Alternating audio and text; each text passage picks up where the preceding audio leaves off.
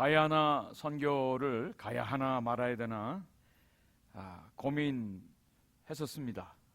그런데 하나님께서 5월 달에 가야 된다, 하나님이 보내실 것이다 라고 하는 그 마음에 확신을 주셨습니다.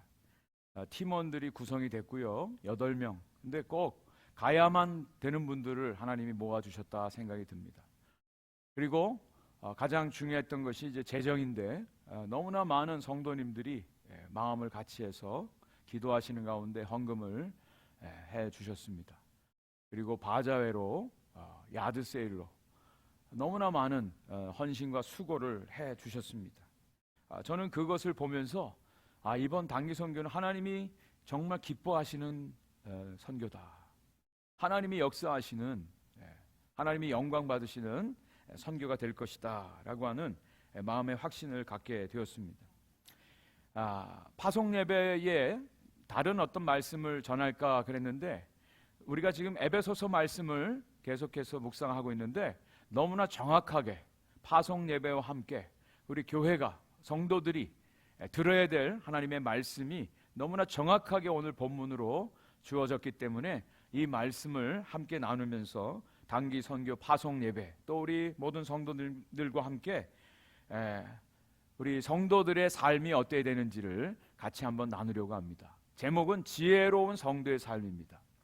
오늘 본문 15절 말씀 보니까 그런즉 너희가 어떻게 행할지를 자세히 주의하여 지혜 없는 자 같이 하지 말고 오직 지혜 있는 자 같이 하라 그랬습니다. 여기 지혜 있는 자와 지혜 없는 자가 나옵니다. 어떤 사람이 지혜 있는 사람일까요? 어떤 사람이 지혜 없는 어리석은 사람일까요?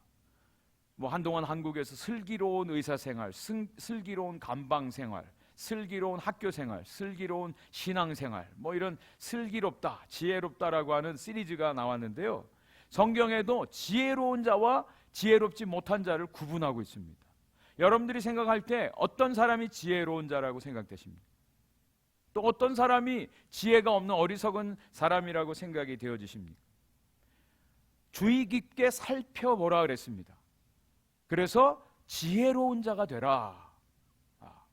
여기서 지혜로운 자라고 하는 것은, 가장 중요한 것은 이 시대가 어느 때인지, 또 하나님의 뜻이 무엇인지를 분별하고 살아가는 것을 말할 것입니다. 지혜 없는 자는요, 무엇이 중요한지, 무엇이 덜 중요한지를 분간을 못합니다. 열심히는 하는데 그게 정말 꼭 필요한 일인지, 정말 아름다운 열매 맺는 일인지 잘 분간을 못하고 그저 열심히만 하는 경우들이 있어요.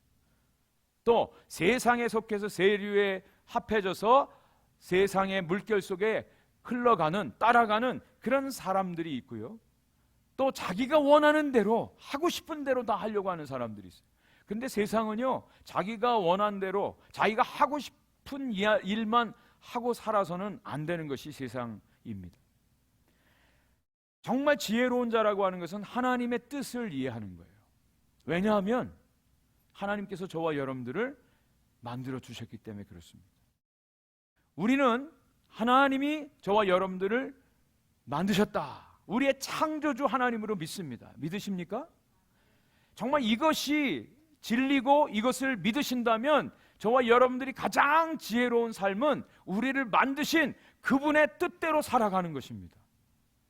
그것이 가장 지혜로운 삶이에요.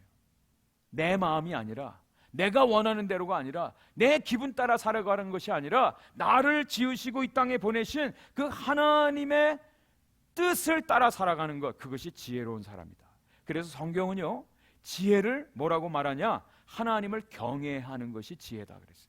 하나님을 하나님으로 받아들이고 하나님을 하나님으로 높여드리고 그 하나님의 뜻에 순종하며 살아가는 삶, 그것이 지혜다라고 분명하게 말씀해 주고 있습니다.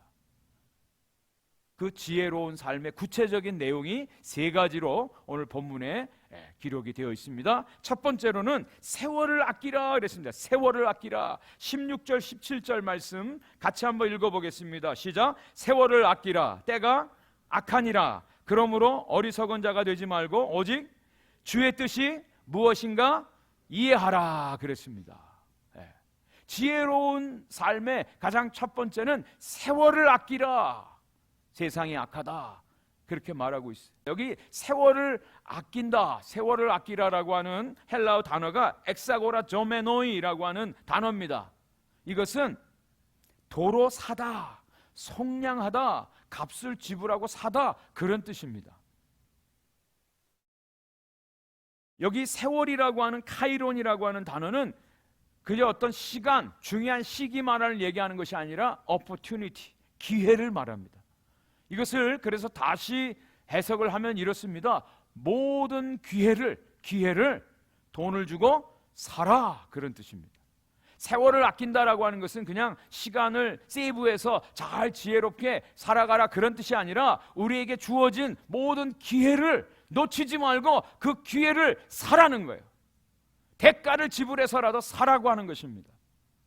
주식 투자라든지 또 집 투자하는 분들 보면 그냥 아무 때나 하지 않잖아요. 그 시기와 때를 분별해서 적기에 하지 않습니까? 세상 일도 그러건데 하나님의 나라, 하나님의 사람들은 정말 지금이 어떤 때인지 그 때를 분별하고 그 때, 그 기회를 자신의 모든 것을 바쳐서라도 기회를 사라라고 하는 것이죠. 학생들이면 공부를 해야 될 때 공부해야 되는 거예요. 기회를 사는 것입니다. 직장에 다니고 일하시는 분들은 열심히 최선을 다해서 일하는 거예요. 그것이 기회를 사는 것입니다. 교회도 마찬가지입니다. 교회가 세워졌을 때 정말 교회가 해야 될 일을 해야 된다라고 하는 거예요. 우리 교회가 주의 깊게 살펴서 해야 될 것이 무엇인가? 여러분, 이 땅에 교회가 세워졌잖아요. 지금 사도행전 말씀을 우리가 아침마다 묵상하는데 교회가 시작됐습니다. 교회에서 하는 일이 뭐죠? 왜 교회가 하나님에 의해서 세워졌습니까? 제일 중요한 것은 예배 아닙니까? 예배. 그리고 성도들이 모여서 교제합니다. 또 하나님 말씀을 배웁니다. 그리고 나가서 전도합니다. 선교합니다. 여러분, 이 교회가 세워지고 교회가 해야 될 일은 처음이나 끝이나 작은 교회나 큰 교회나 시작이나 나중에 미래라도 다 똑같습니다. 동일하게 그 교회가 해야 될 일을 마땅히 해야 된다는 거 하는 거예요. 그런 목적으로 하나님이 교회를 세워주셨어요. 그 중에 하나가 선교라고 하는 거죠. 선교.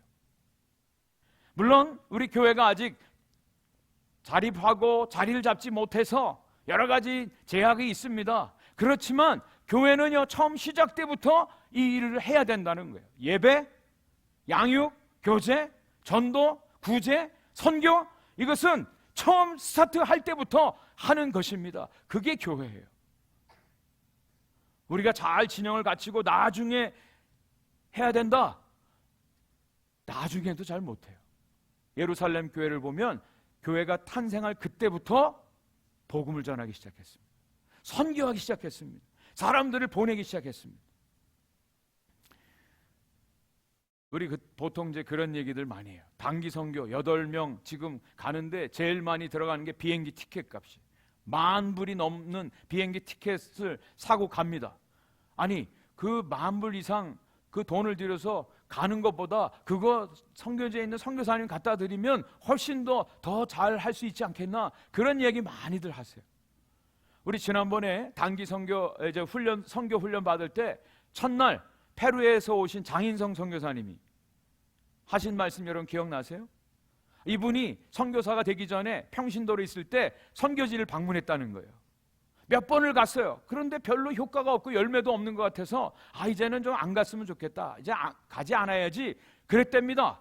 그런데 그 현지에 있는 선교사님이 그래도 오세요. 그래도 오세요. 정말 집사님이 여기 와서 나하고 같이 이렇게 교제하고 밥 먹고 같이 기도하는 거, 그것만 해도 이거 엄청난 일입니다. 그때부터 그분이 마음을 바꿨대요. 그리고 본인도 장기 선교사로 헌신해서 지금 페루에서 사역을 하고 있습니다. 여러분, 목적이 있는 휴가라고 하는 말 들어보신 적 있어요? Vacation with a purpose. 우리 베케이션 많이 가죠? 근데 베케이션이 그저 단순히 쉬고 놀러 가는 게 아니라 목적이 있어야 된다라고 하는 거예요. Vacation with a purpose. 그것이 가장 중요한 것이 이 단기 선교일 수가 있어요. 우리 보통 수입의 10분의 1을 하나님께 드린다고 합니다. 11조 드린다고 하죠. 11조. 물질의 11조를 드린다면 시간의 11조도 드릴 수 있어야 돼요. 저와 여러분들의 인생 가운데 한 10분의 1은 하나님을 위해서 좀 드릴 수 있는 그런 믿음의 결단이 있어지기를 간절히 원합니다. 제가 주보 칼럼에 5 reasons for going Guyana, 가야나에 가야 할 5가지 이유를 제가 글을 썼습니다. 제일 먼저는 우리 단기 단기 팀원들을 위해서 가는 겁니다. 이게 넘버원 퍼포스예요. 여기 있는 분들이, 젊은이들, 특별히 젊은이들이 하나님의 살아계심을, 하나님의 일하심을, 하나님의 함께 하심을 선교 현장에서 경험을 하는 것입니다. 저들 가운데 장기 선교사가 나타나고 하나님 앞에 인생을 드릴 수 있는 하나님의 사람들이 나올 수 있다면 저는 더 많은 돈이 들어서라도 이 일을 감당해야만 된다고 믿습니다. 제일 중요한 것은 함께 가는 단기 팀원들을 위해서 가는 것입니다. 참여하는, 저희들이 가서 일주일 동안 무슨 일을 하겠습니까? BBS 물론 부응해 하지만 저희들은 그냥 갔다 오는 겁니다. 그런데 가는데 오는데 그곳에서 같이 있으면서 하나님이 우리 단기 팀원들 8명에게 하나님이 보여주실 것입니다. 하나님의 메시지를 들려주실 것입니다. 저들의 인생에 전환점이 있는 비전을 주실 것입니다. 이번에 단기 팀원들 연습하고 준비하는데 저는 몰랐어요. 이 티셔츠도 이렇게 예쁘게 잘 만들고 하여튼 모여서 열심히들 준비했어요. 너무너무 준비를 열심히 잘했습니다. 기대가 됩니다. 하나님이 하실 거예요. 두 번째, 그곳에 계신 강대성 강미희 선교사님을 위로하고 격려하기 위해서 가는 겁니다. 2년 전에 팬데믹 때 저희 교회에서 파송 예배 드리고 그분들이 갔죠. 아주 많이 덥습니다. 그곳에 한국 사람 없습니다. 한국말 할 기회도 별로 없어요. 저희들이 가서 실컷 한국말 들어드리고 올 거예요. 우리 말하기보다는 그냥 들어주고 오는 겁니다. 그것만 해도 그분들의 큰 용기와 힘이 될 것입니다. 저희들이 인도네시아에 있을 때 미국에서, 얼마 전에도 그 집사님을 만났는데 미국에서 인도네시아까지 저희를 방문했어요. 그런데 하룻밤 주무시고 떠나셨어요. 제가 생각했어요. 야, 저분이 참 이상한 분이다. 하루 머물고 선교사 만나기 위해서 그 비싼 돈 들여서, 그 시간 들여서 인도네시아를 왔다가 저 사람 이상한 사람 아니야? 제가 그렇게 생각했어요. 근데 이분은 지금도 선교지를 다니면서 선교사님들을 만나고 위로하는 일들을 지금까지도 하시더라고요. 선교사님들이 그곳에서 계속해서 잘 할 수 있도록 우린 가서 격려하고 위로해드리고, 된장도 김치도 갖다 드리고, 이 밥 먹고 라면 드시고 힘내시라고 하고 올 것입니다. 세 번째, 가야나 현지인들을 위해서 가는 겁니다. 가야나에서 만날 영혼들, 어린아이들, 또 그 어른들, 그 영혼들에게 주님의 사랑을 전해주는 거예요. 우리 안에 은과 금은 없어도 예수 그리스도 있잖아요. 예수 그리스도 있잖아요. 예수 그리스도 전하고 오는 거예요. 네 번째, 우리 교회를 위해서 가는 겁니다. 선교는 선교사들이 하는 것, 선교사들만 하는 게 아니라 교회가 하는 것입니다. 온 교회가 하나 되어서 하는 겁니다. 저는 이번 가야나 선교 단기 선교가 온 교회가 하나 돼서 이 일을 준비했어요. 펀더레이징 하는 일, 그 더운데 부침개를 붙이시고 물건을 파시고 또 헌금해 주시고 너무너무 많은 일들을 하셨어요. 우리 교회가 하는데 이 단기 선교를 통해서 제일 많은 복을 받는 사람들이 누군지 아세요? 우리 오픈도어 교회입니다. 믿으세요? 오픈도어 교회에 하나님이 역사하실 것입니다. 저는 그걸 봤어요. 2019년 캄보디아 단기 선교, 그때도 우리가 갈 상황이 아니었습니다. 갈 수 없는 상황이었어요. 그런데 하나님 마음에 그런 부담을 주셔서 기도하고 갔는데 하나님 갔다 오니까 하나님께서 그때 우리 교회를 완전히 일으켜 세워주셨어요. 부흥을 경험하게 하셨어요. 이번에 갔다 와서도 하나님께서 우리 오픈도어 교회를 통해서 하나님이 하실 일들을 더 아름답게 하실 것을 기대합니다. 여러분 기대하셔도 좋습니다. 기도하셔도 좋아요. 하나님이 일하십니다. 그리고 마지막 5번째로 하나님 나라 확장을 위해서 가는 겁니다. 하나님이 원하시는 것은 이 땅에 하나님의 나라가 임하는 겁니다. 예수님이 왜 이 땅에 오신 줄 아세요? 하나님의 나라를 위해서 이 땅에 오셨어요. 하나님의 나라 회복을 위해서 예수님이 이 땅에 오셨고, 십자가에서 죽으셨고, 부활하셨고, 다시 올라가시고, 다시 오셔서 하실 일은 하나님의 나라를 완성하는 것입니다. 하나님의 나라, 하나님의 통치. 우리가 사는 이 미국만 해도 얼마나 죄악으로 관영하고 어둡고 물질적으로는 풍요하고 사람들의 삶이 편리해졌지만 그러나 행복하지 않아요. 죄가 더 관영합니다. 더 어두워져 갑니다. 캄캄해져 갑니다. 여러분, 이 땅 가운데 하나님이 오늘날도 하고 싶으신 것은 하나님의 통치가 이루어지는 거예요. 모든 백성들이 하나님을 알고 하나님 앞에 나와 예배하는 것, 그것을 하나님이 원하십니다. 선교는 바로 이것을 위해서 하는 것입니다. 하나님의 나라가 임하고 회복되고 하나님이 영광 받으실 것입니다. 여러분, 세월을 아끼라, 지혜롭게 행하라. 지금이 무슨 일을 해야 될 때인지, 우리 교회가 무슨 일을 해야 될 때인지 우리가 분명히 알고 주님 앞에 헌신하는 우리 오픈도어 교회가 되기를 간절히 축복합니다. 그것이 교회예요.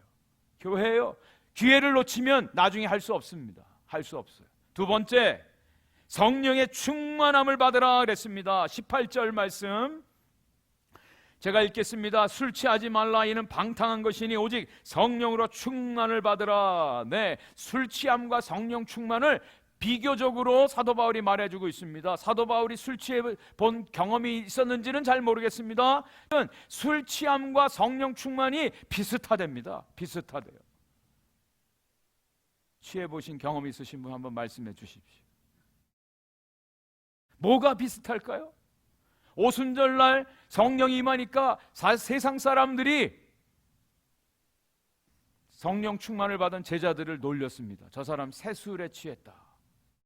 그런데 새술에 취한 것이 아니라 성령의 충만함을 받은 것입니다. 여러분, 술 취함과 성령 충만이 비슷해요. 비슷해요. 이 세상은 뭔가 사람들이 취해서 삽니다. 취해서 살아요. 맨정신으로 살 수 없기 때문에. 그래서 사랑 고백하는데 용기가 필요한 젊은 친구들이 어떻게 해요? 맨정신으로 안 되니까 어떻게 하죠? 예? 경험이 있으신 분도 있잖아요. 없으신가요? 네. 술 마시고 술 취해서 고백하지 않습니까? 네. 그런데 예수 믿는 것도요, 맨정신으로 안 됩니다. 예수 믿는 것도, 신앙생활도요, 맨정신으로 안 됩니다. 성령의 충만함을 받지 않고는 신앙생활 어렵습니다. 그런 의미에서 비슷해요. 술을 마신다고 합니다. 그것은 술을 채우는 거예요. 처음에는 술을 채웁니다. 그러면 어떻게 되죠? 술 기운에 이제 사로잡히게 됩니다. 그리고 나중에는 어떻게 됩니까? 술의 지배를 받게 됩니다.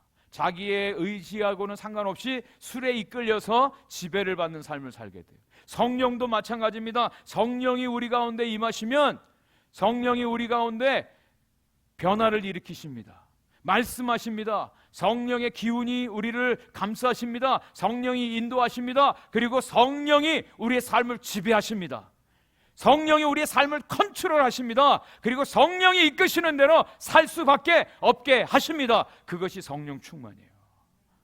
성령 충만이에요. 그냥 방언하고 예언하고 그런 정도가 아니라 성령이 온전히 우리의 인격을 지배하고 성령이 우리를 컨트롤하고 성령이 이끄시는 대로 가게 하는 것, 그것이 성령 충만 아니에요. 성령 충만입니다.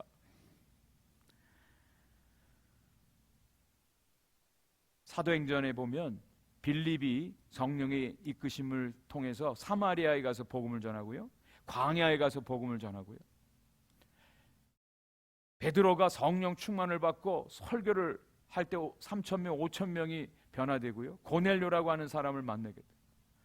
사울이라고 하는 사람이 성령의 충만함을 받으니까 나중에 변화되어서 가는 곳마다 예수가 그리스도라고, 예수가 메시아라고 복음을 전하고 다녔습니다. 이 사도행전은요, 다른 말로 말하면 성령의 행전이에요. 성령이 이끄시는 거예요. 이 성령 행전은 오늘날까지도 지속됩니다. 지금까지도 계속되어지는 것이 바로 이 사도행전, 성령 행전입니다. 단기 선교요? 맨정신으로 그냥 뭐 어떤 시간이 남아서 돈에 여유가 있어서 가는 거 아닙니다. 우리 젊은 친구들 보니까 다음 한 주간을 단기 선교 가기 위해서 지금 아르바이트 매니저한테 욕 먹으면서 그 시간을 때우기 위해서 열심히 지금 일하고 시간을 다 확보해야 되니까 그렇게 하고 준비를 하더라고요.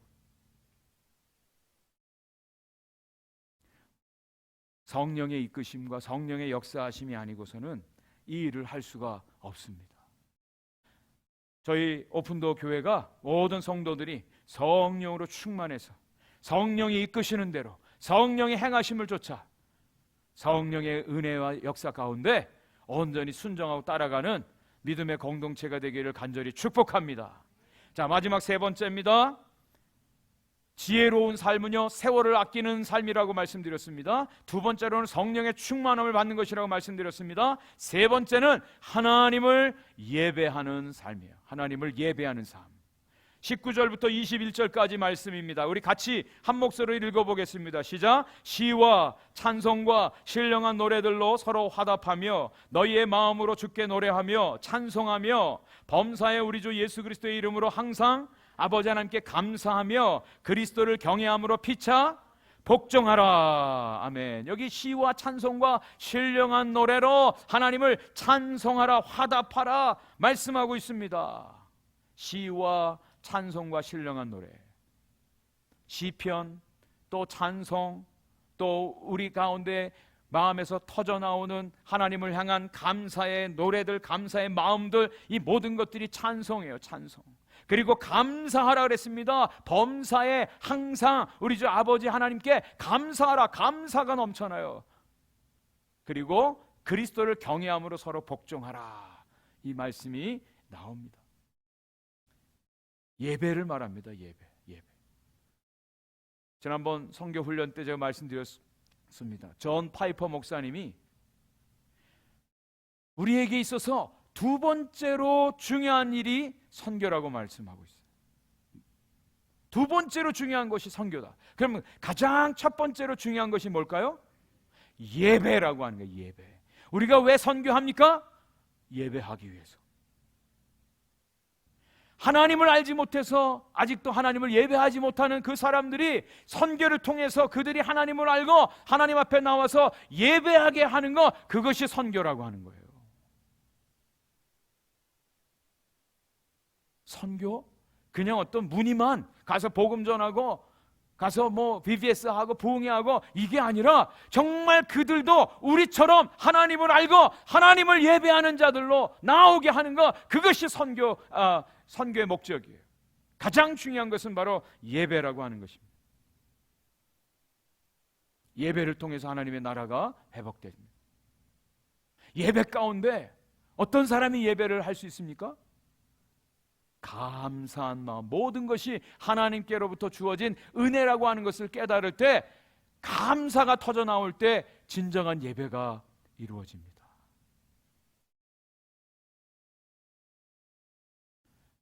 이번에 가이아나 가는 곳이요, sakskali라고 하는 수도인 조지타운에서 버스로 1시간 반, 배 타고 1시간, 2시간 반 정도 가는 이 아마존 정글의 끝자락에 있는 동네입니다. 전기 안 들어옵니다. 물 없습니다. 빗물로 샤워해야 돼요. 샤워를 할 수 있을런지 없을런지 모릅니다. 상당히 불편합니다. 그래도 갑니다. 가서 뭘 생각할까요? 이 사람들은 무슨 잘못이 있어서 이런 데서 살고, 우리는 무슨 운이 있어서 미국이라고 하는 이 좋은 나라에서 원하기만 하면 매일같이 샤워할 수 있고 시원한 에어컨 바람 속에서 공부하고 예배드리고 스마트폰 가지고 맨날 장난하고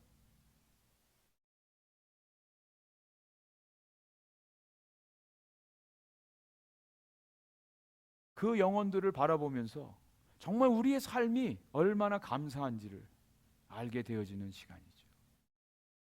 우리가 노력하고 우리가 어떤 택해서 얻은 것이 아니고 하나님이 우리에게 주신 모든 것이 은혜인데, 그 은혜를 은혜로 알게 될 때 예배가 회복되어지죠. 예배가 회복되어지죠. 그리고 그리스도를 경외함으로 피차 복종하라. 복종이란 말 별로 기분 좋은 말이 아니잖아요. 특별히 현대인들에게 복종하십시오 그러면 제일 싫어하죠. 누구 말 명령해서 그 말 들으라고 하는 걸 제일 싫어해요. 그런데 우리가 서로를 복종해야 된다고 말하고 있습니다. 그분이 권력 있고 높아서가 아니에요. 누구 때문에요? 그리스도를 경외함으로. 이것이 공동체, 예배하는 공동체. 예수님이 계시기 때문에, 예수님께서 우리를 구원해 주시고 예수님의 사랑을 우리가 구원받았기 때문에 우리가 서로 복종할 수가 있어요. 순종할 수가 있어요. 서로 섬길 수가 있어요. 단기 선교는 우리 오픈도어 교회를 위해서 하나님이 복 주시기 위해서 준비하신 하나님의 축복의 선물인 줄 믿습니다. 하나님이 준비하시고 하나님이 행하시고 하나님 영광 받으실 것입니다. 며칠 전에 아는 목사님한테 전화를 받았어요.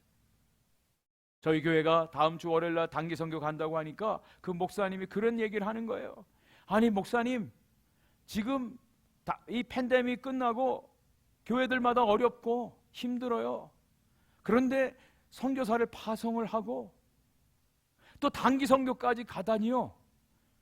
참 대단한 일을 하십니다. 정말 복된 일을 하시는군요. 칭찬과 함께 부러움의 이야기를 하시더라고요. 저는 그냥 그 말씀을 그대로 받아들였어요.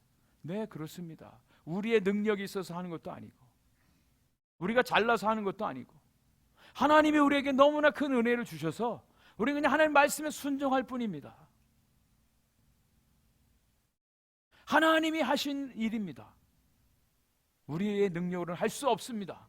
하나님은 그러나 하실 수 있습니다. 하나님은 크신 분이기 때문에, 위대하신 분이기 때문에 하나님이 우리에게 복 주셨습니다. 저는 그걸 믿습니다. 우리가 가야 할 5가지 이유. 첫 번째, 우리 단기 팀원들 위해서 갑니다. 두 번째, 강대성 강미 선교사님, 파송한 선교사님 위해서 갑니다. 세 번째, 그곳에서 만날 가야나 영혼들 위해서 갑니다. 네 번째, 우리 오픈도어 교회의 공동체를 위해서 갑니다. 다섯 번째, 하나님의 나라를 위해서 갑니다.